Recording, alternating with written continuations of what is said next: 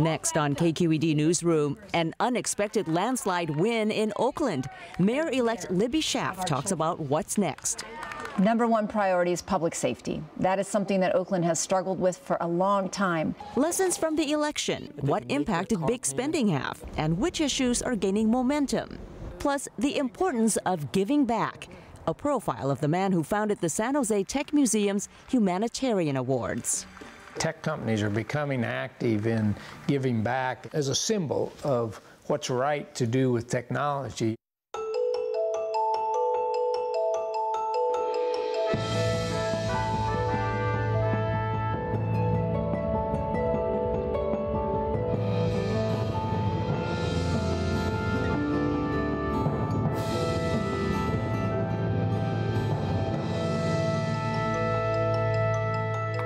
Good evening and welcome to KQED Newsroom. I'm Thuy Vu. This week, a decisive victory in the Oakland mayor's race. Libby Schaaf beat 14 other candidates. She never led in the polls, but sailed to victory with more than 60% of the vote. The mayor-elect is an Oakland native, first-time councilwoman, and was an aide to former Oakland Mayor Jerry Brown, who endorsed her candidacy. To make it even better, I know that Libby Schaaf will be a great mayor. That's why I'm here. Let's get her elected. Scott Shafer talked earlier with Libby Schaaf. Libby Schaaf, welcome and congratulations. Thank you so much. Did you come here on your fire-breathing snail, by the way? No, I left the snail back in Oakland, where the snail belongs. Hard to get over the bridge. What do you think the voters were looking for? What did they see in you that they didn't see, for example, in the incumbent, Mayor Kwan? What are they looking for? You know, I think they're looking for someone who's going to take Oakland to the next level, who's going to provide some very clear but honest communications about what is happening in Oakland city government and what we need to do to solve some of our problems and lift up some of our greatness. What are the priorities? Number one priority is public safety. That is something that Oakland has struggled with for a long time, and it's the most basic service that people deserve. Oaklanders need to feel confident that a cop will come when they call. They need to feel like their city is safe, and we need to make sure the rest of the world sees Oakland as a safe, vibrant, exciting city. It's so basic, public safety, that feeling of security. Why has it been so difficult to deliver? Is it just a shortage of police officers? You know, public safety has been a struggle for Oakland my whole life. And as you know, I am born and raised in Oakland. I have lived in this city all my life. And so it is not a new struggle for Oakland. But we now have examples of other cities that have become incredibly safer. Los Angeles is a great example for me. 81% reduction in crime. That's what I want for Oakland. And what do you think you can adapt? Like, how are you going to be going about that? Does the city need a new police chief, for example? I'm a big believer in community-based policing, better utilization of data, proactive problem-solving policing, and also recognizing that policing is not the totality of the public safety equation. We have got to invest in successful intervention and prevention programs. I'm a supporter of the ceasefire approach, and we have to address those root causes of crime. That's jobs, better wages, and particularly for me, better educational outcomes for all of Oakland's children. We're seeing here in San Francisco a real boom in the economy with tech in particular, but the downside is affordability. People are being forced out of San Francisco. Many of them are going to Oakland, where housing prices are going up as well. How are you going to deal with that balance of keeping a middle class, a vibrant middle class, artists and others who don't have a lot of money, but who are such an integral part of the fabric of a successful city? I am so excited about growing Oakland, revitalizing it, welcoming new residents, but absolutely not at the expense of our existing residents, nor selling our soul. You know, that. What does that mean? That secret DNA that makes Oakland Oakland. It's diversity, it's artists, and it's blue-collar, working-class neighborhoods and jobs. But San Francisco wanted to do that too, but it's so many people fear that it's losing. But our advantage is we are physically twice the size size of San Francisco and we are starting out with half the population. The other mistake that San Francisco made is we are going to be much more aggressive about building new housing so that we can relieve that pressure on our existing housing stock. We have got to stabilize housing prices, and then we've got to use some creative policies that allow affordability to be created where people are already living, as opposed to so much focus on building new affordable buildings. You got a big endorsement in the final weeks of the campaign from someone you used to work for, Jerry Brown. You worked for him when he was mayor. What advice did he give you? What did you learn from him? You know, I learned that you have to prioritize, that you cannot be all things to all people, that a mayor needs to set clear priorities and then move the entire organization around executing those priorities. What do you think you won't be able to do that people may want you to do in these 4 years? Many things. Like? Well, you know, I will address all of the quality of life issues, but my focus as mayor is going to be on public safety. Now, I'm going to hire an incredible city administrator, and that individual is responsible, and those department heads are responsible for providing excellent service in all areas of the city.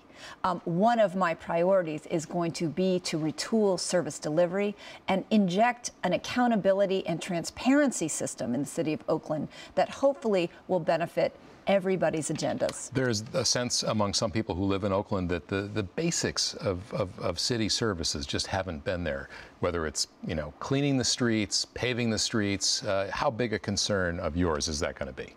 It was a big priority in my campaign. I talked a lot about changing the way that we deliver services because our city has got to look cleaner. It does not look the way it deserves to look, because we know Oakland is so beautiful. It's full of great architecture, natural beauty. We've got that lake in the middle of our city. We've got incredible parks, but those parks need to be kept clean. They need to be manicured. They need to not have graffiti on their structures. That's incredibly important. And we need to change the way that we deliver services and hold city workers accountable, but also involve city workers in changing the system so that we see better results. Just a few seconds left. How are you going to evaluate the job you did in your first 4 years? I believe in having metrics and using data to measure performance. I'm going to work with all the stakeholders in Oakland to establish what those goals are going to be, and I'm going to measure them every day. All right, Libby Schaaf, congratulations again, and good luck. Thanks so much. All right. Really appreciate being here. And turning now to other election news, with most ballots counted, we look at some themes that emerged from the midterm elections. In local races, voters bucked big spending, passing a soda tax in Berkeley and rejecting candidates backed by Chevron in Richmond. But was big spending successful in defeating state health care propositions 45 and 46? Joining me for analysis are Daniel Newman, co-founder of MapLight, a nonpartisan organization that studies political spending, Professor Corey Cook at the University of San Francisco, and Carla Marinucci, San Francisco Chronicle senior political writer. Daniel, let me begin with you. A lot of money was thrown around in this election. Who were some of the biggest spenders, and what kind of impact did that spending have? So on Proposition 45 and 46, you had health insurance companies spending big no on 45, Kaiser Permanente, Blue Cross Blue Shield spending $50 million to kill Prop 45. 45 is the measure that would have given the health insurance, the insurance commissioner additional powers. Exactly, to regulate health insurance rates, and that's why the health insurance companies didn't want it. And Prop 46 also $50 million raised on the no side, and that's by medical malpractice insurance companies. And what about the soda tax? The Beverage Association pumped a lot of money into that. It was, you know, this was huge, and this was an issue where California was going to be a trendsetter, and Berkeley has been a trendsetter in this, but there was a lot at stake there for the soda companies and for business that really fought it in San Francisco, and I think managed to put it down here. Berkeley was a different situation. But it did get over 50% of the vote in San Francisco. So while it was defeated in San Francisco, it was defeated because the requirement was a 2/3 vote because it was a special tax. So even though Big Soda spent a lot of money, the fact that a majority of voters in San Francisco voted to raise a tax, that doesn't actually happen very often, just even the majority level in San Francisco. So it is a significant result, even though, again, it was ultimately not successful. Yeah. And Berkeley is the first city in the nation to successfully do this, despite 30 other similar measures in the nation that failed. What made the difference in this case? Well, there's a couple of things. I think the supporters of the measure in Berkeley framed it as Berkeley versus Big Soda, so they inoculated the public to the several $1 million that was spent by the soda companies. And Berkeley also has really strong local transparency laws. So on every mailer and every ad, it said that it was backed by the beverage companies and it had the total dollars that they spent. See, and I think this is the difference. In a lot of these races, whether they were legislative or ballot measure, the transparency is just not there. People are very confused. They're watching the money out there. Look, Prop 1 and 2 is an example. I mean, you saw some tech money come in there. Sean Parker, one of the big tech billionaires, came in with $1 million in support of Prop 1. I mean, and how many people do you think knew that? Yeah, that's exactly right. And I think on the legislative races, we saw, for instance, in the East Bay race with Catherine Baker and Tim Sabranti, you had a huge labor for Sabranti. You had one very rich Republican, Charles Munger Jr., coming in for Baker, and there's a lot thrown around, and I think the voters are very confused by this kind of thing.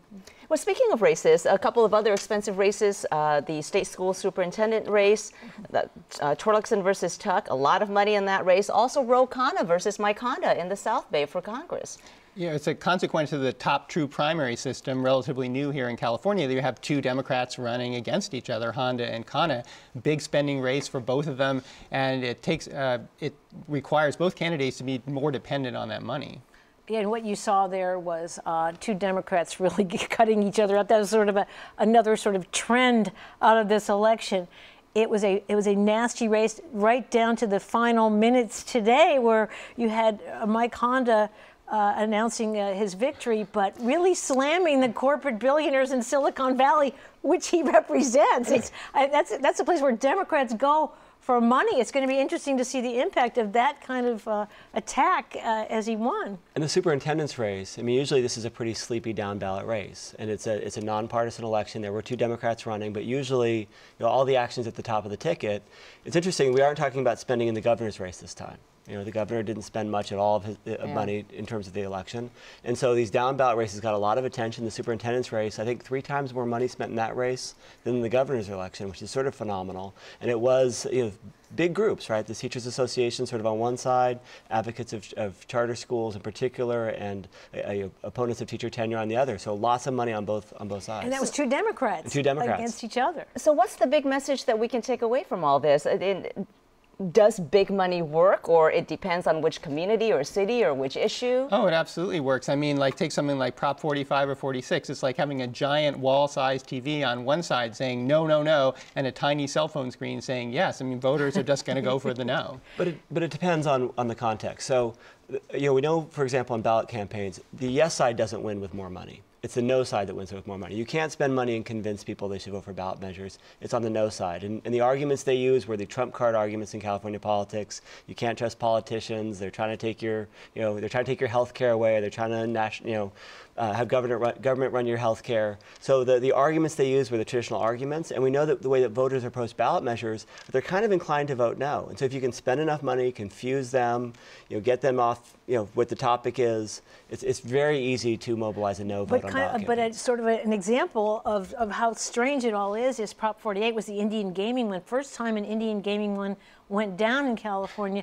And, I don't think there was any money spent on the no side of that. It was all on the yes side to help propel the Indian gaming, and people just didn't buy it. Well, before we leave the issue of money, we can't talk about money without talking about Bay Area billionaire environmentalist Tom Steyer. He pumped $74 million into a whole slew of candidates across the nation, and most of them lost. What happened? Tom Steyer is now the biggest single donor out there, more than Sheldon Adelson, and said that he would do it all over again. He said that it was an investment into making climate change an issue that is right in front and center in the public, whether he's successful or not, particularly in the presidential cycle. I think that's what he's betting on. We're seeing some trends as well emerge. The soda tax, is this a harbinger of what's to come for sodas? And what about marijuana and some social issues, minimum wage, for example? So marijuana is fascinating because if you look at for example, the Pew Research has been polling attitudes on marijuana for the last 50 years.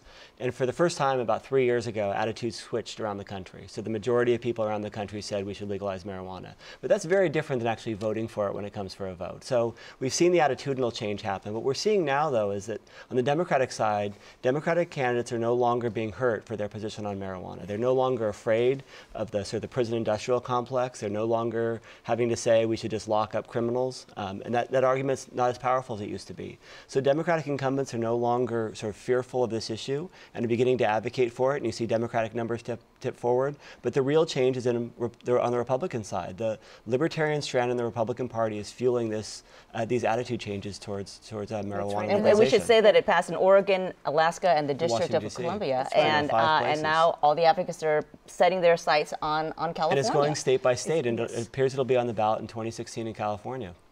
What else? Some social issues, minimum wage, paid sick leave. I think minimum wage is huge, and we saw that pass this time. And once again, as you said, I mean, these are issues. California tends to be a trendsetter in some of these issues, soda tax and so forth. This is the one to watch as we go forward again. And then I think another issue that we saw come out of this election were the rise of the ethnic voters, particularly Asian voters in Southern California. And for the Republican Party, there wasn't a lot of good news for Republicans in California, but this was good news for them. They picked up 3 seats in Southern California.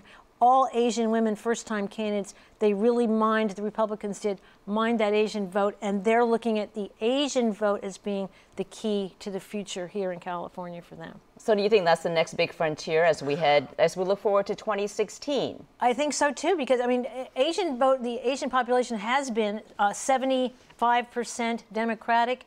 That's starting to switch. They're getting more educated, their incomes are getting better, and we're seeing in the kind of races that we saw in Southern California, you've got younger candidates. The Republicans generally have now younger candidates. We saw it with Neil Kashkari, Ashley Swearingen, and Pete Peterson for Secretary of State. That's where the Democrats have a challenge in the next couple of cycles. And Daniel, going back to Berkeley, I know that you've studied this extensively.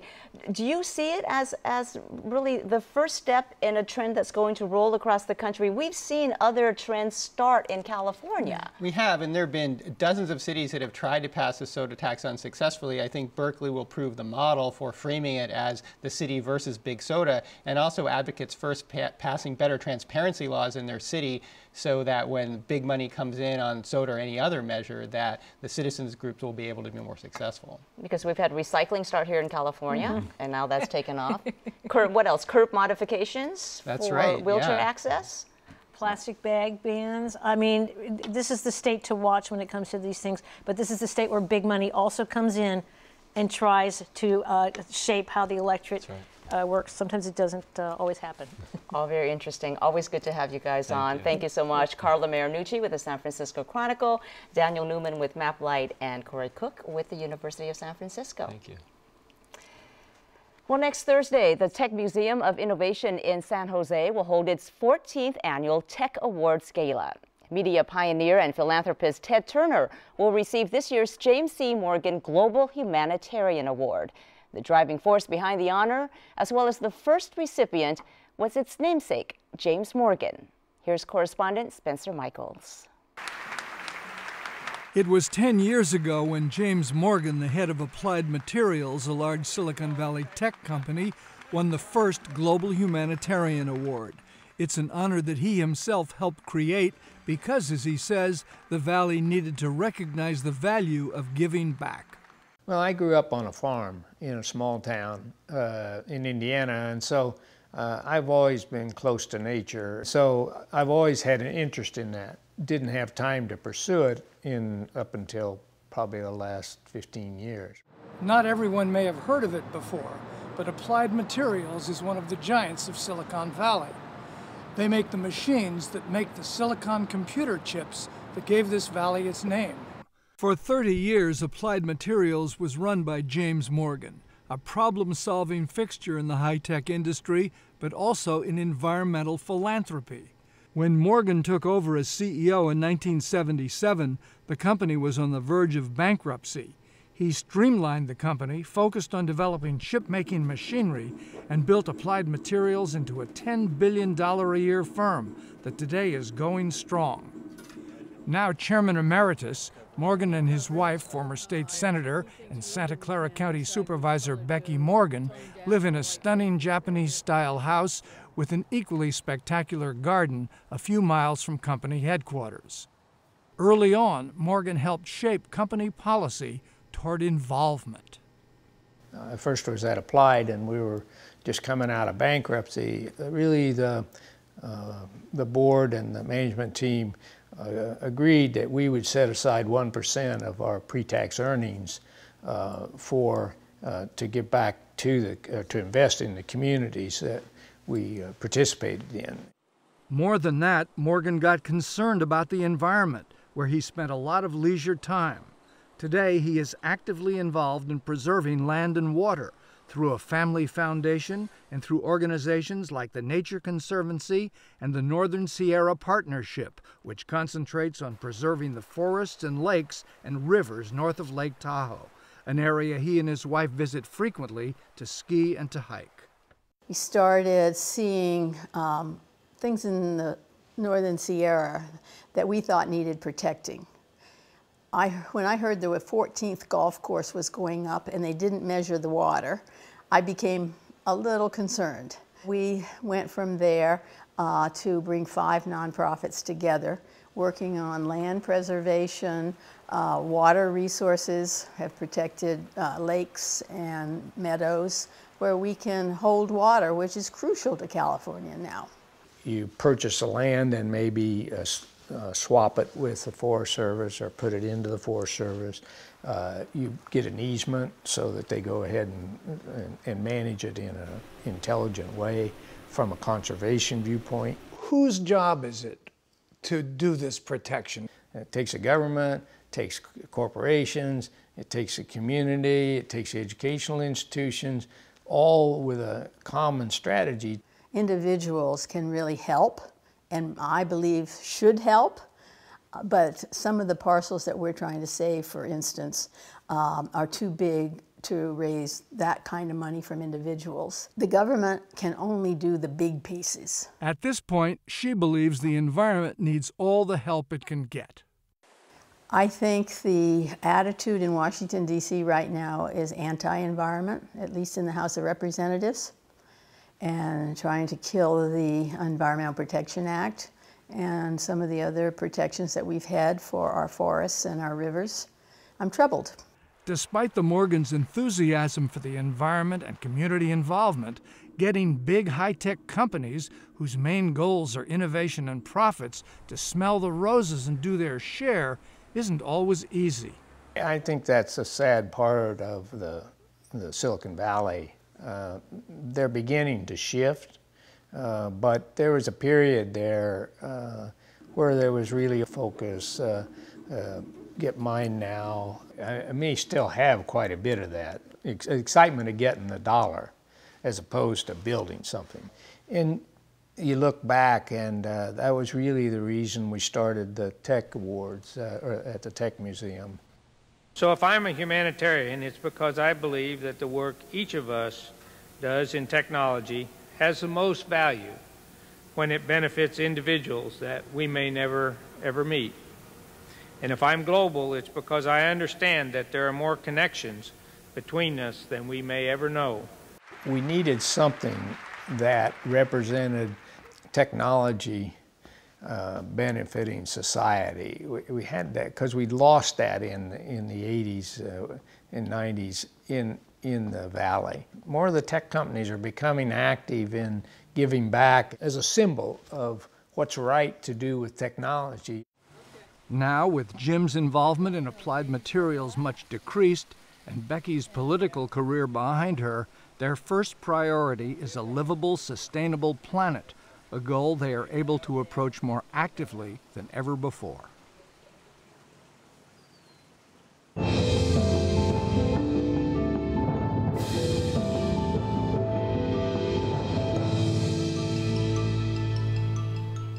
And joining me now for a look at what's coming up on KQED News is Scott Shafer. Hi, Scott. Hi, Twee. Well, let's talk education. UC President Janet Napolitano announced this week she'll ask the regents to approve a tuition increase of 5% a year over the next 5 years. That's an increase of about $600 the first year. We've had a tuition freeze over the past 3 years. Why does she feel a need to do this now? Well, of course, there has been a freeze for 3 years. They've cut a lot out of the budget, hundreds of millions of dollars, and I think she feels, number one, it's time to grow a little bit, to add some classes, add some professors, give students a better sense of what it's going to take to get a 4-year degree and how much it's going to cost. And also to maintain the financial aid that they have for families that are not able to afford the full load for it. So she feels it's time to do that. And how is Governor Brown reacting? Because he has all along adamantly opposed tuition hikes. He has and still does. This week, a spokesman for the Department of Finance said he's still opposed to that. In fact, he said the increase in state funding has been predicated on the tuition being frozen. So there's going to be a potential standoff here between the regents and the governor. The governor is a regent, but the Board of Regents seems likely to pass this. We'll see what the governor does. It kind of implies that if they unfreeze tuition, that maybe some of that increase is going to be in jeopardy. And student groups aren't too thrilled because the tuition is now about $12,000 a year. That's a lot higher, double actually what was just 8 years ago. It is, but in fairness, and the university is quick to tell you that many people, I forget the exact cutoff, it might be about $150,000 a year for a household income. If you have less than that, you're going to be paying very little, if not nothing, in tuition. So there is a hefty financial aid package. Okay, so we started with elections. Let's go back to elections for a minute. The election is over, but still thousands of ballots to be counted. One of the races that was very close, David Campos versus David Chu for State Assembly in San Francisco. Has that been decided? Yes, it has. Finally, on Thursday, David Campos conceded. It was very close, a very bitter election. We had them on last week, and we got very nasty, but David Chu is going to be going up to Sacramento, and they'll have to figure out a way to heal that rift because it was very nasty. All right, and in the small amount of time we have left, let's just touch on the San Jose mayor's race as well. Sam Liccardo versus Dave Cortese. Yeah, well, there's a case of Liccardo declaring victory and Cortese not conceding yet. Liccardo's lead has continued to grow. It's small, but growing. And over the weekend, they're saying by Sunday, they'll have all the votes counted. All right. We think. We think. All right. Scott, thank you. You bet. And for all of KQED's news coverage, please go to kqednews.org. I'm Scott Shafer. Thanks for joining us. And I'm Twee Vu. Have a good night.